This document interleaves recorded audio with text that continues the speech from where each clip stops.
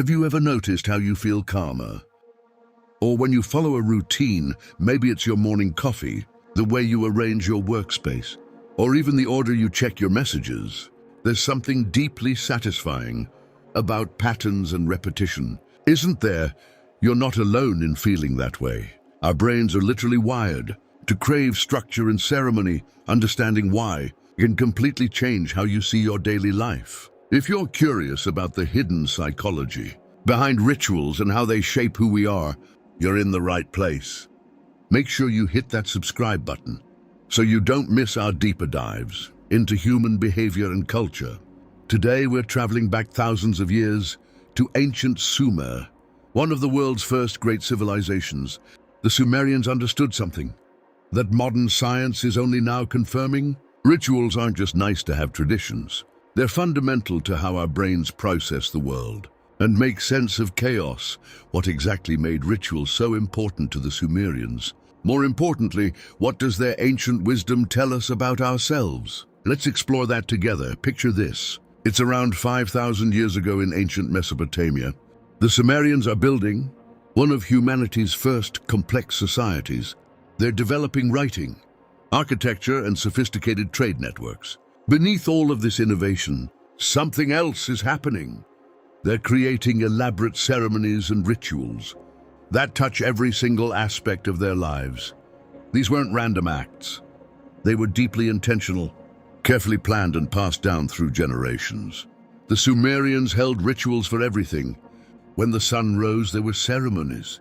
When crops were planted, rituals guided the process. When someone died, specific ceremonial steps were followed. Even their interactions with their gods involved precise, repeated actions that had to be performed exactly right. Every single time. This wasn't superstition in the way we might think of it today. This was the Sumerians responding to a fundamental need.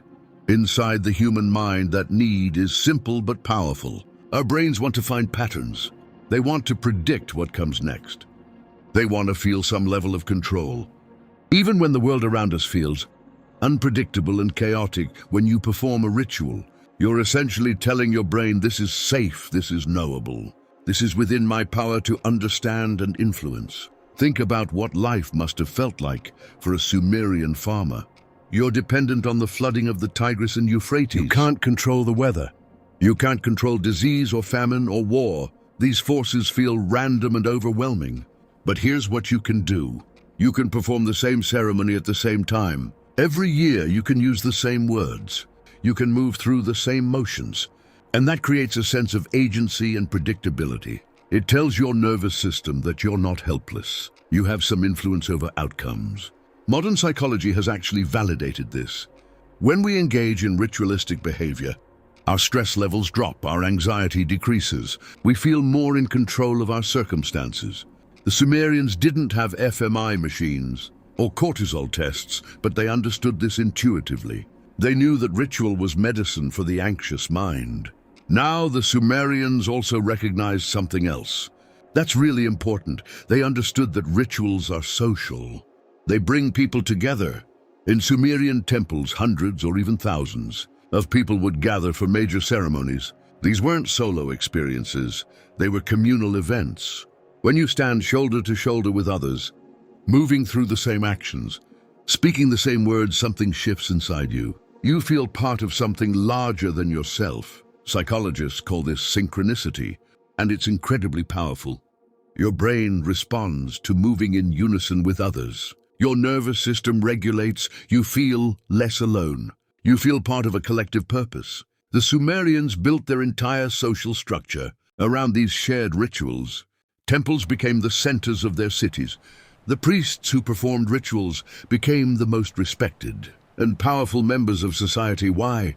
Because they had mastered the art of creating these shared experiences that bonded people together and gave them meaning. This is something our modern world has largely lost. We're more disconnected than ever. Even as more digitally connected, we've outsourced a lot of our rituals to passive consumption. We watch ceremonies on screens instead of participating in them.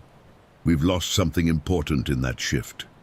The Sumerians understood that rituals needed to be active. participatory and repeated. They also understood that rituals create narrative, and meaning every ceremony told a story. The story of the planting ritual was about survival, fertility and hope. The story of the morning ritual was about loss, remembrance and the cycle of life. These stories gave context to existence. They explained why things happened the way they did. They provided meaning in an often meaningless, feeling universe. Our brains are meaning-making machines. We're constantly trying to weave together our experiences into a coherent narrative. Rituals help us do that. They create structure around the chaos. They say this matters, this is significant, this is part of a larger pattern. The Sumerians reinforced these meanings. Through repetition, the same ceremony, performed year after year, century after century, embedded these stories deeper and deeper into the collective consciousness. New generations inherited not just the actions of the ritual, but the meaning woven into it. This is extraordinarily powerful. From a psychological perspective, it's why you probably feel something when you hear your national anthem or see a flag, even if you can't fully explain why. It's why certain songs or smells transport you instantly to a memory. These are all rituals and triggers that our brains have been conditioned to respond to. The Sumerians also understood something about attention, and focus rituals demand your full attention. When you're performing a ceremony, you can't let your mind wander to your problems or worries. You have to focus on the specific movements, words, and actions. This is essentially meditation or mindfulness. Though the Sumerians didn't use those terms, they knew that when you force your brain to focus on the present moment, through ritual action you achieve a kind of peace. Your anxious thoughts can't take hold. Your racing mind quiets down. You're fully engaged in the here and now. Modern research on meditation and mindfulness has proven this effect repeatedly. When we engage in these focused, repetitive practices, our brains literally change. Neuropathways are reinforced. Our ability to regulate our own nervous system improves. The Sumerians had discovered this through observation and experience. Long before neuroscience existed, they weren't thinking in terms of neuropathways, but they understood that ritual practice changed how people felt and behaved. So why does this matter for us today? Well, here's the thing.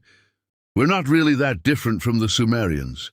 Our brains are still designed to crave patterns and predictability. We still need community and shared meaning. We still benefit from focused, attentive practice. We still feel calmer when we have some sense of control over our circumstances.